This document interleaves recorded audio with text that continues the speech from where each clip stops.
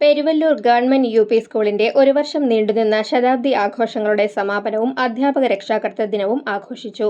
Murali Perunnelli MLA. ഉദ്ഘാടനം ചെയ്തു. മുല്ലശ്ശേരി ഗ്രാമപഞ്ചായത്ത് പ്രസിഡന്റ് മിനി മോഹൻദാസ് അധ്യക്ഷത വഹിച്ചു. ശതാബ്ദിയോടനുബന്ധിച്ചുള്ള സ്മരണിക നടൻ ഡോക്ടർ ക്രിസ് വേണുഗോപാൽ പൂർവ്വ വിദ്യാർത്ഥിയും സംഗീത സംവിധായകനുമായ മോഹൻ സിത്താരയ്ക്ക് നൽകി പ്രകാശനം ചെയ്തു. സംസ്ഥാന സർക്കാരിന്റെ ക്ഷേത്രകലാ അക്കാദമി പുരസ്കാരം നേടിയ എം. നളിൻ ബാബു, ജില്ലാ കലോത്സവ വിജയികളായ വൈഗ രമേശ്, ടി.എ. അതുല്യ എന്നിവരെ ചടങ്ങിൽ ആദരിച്ചു.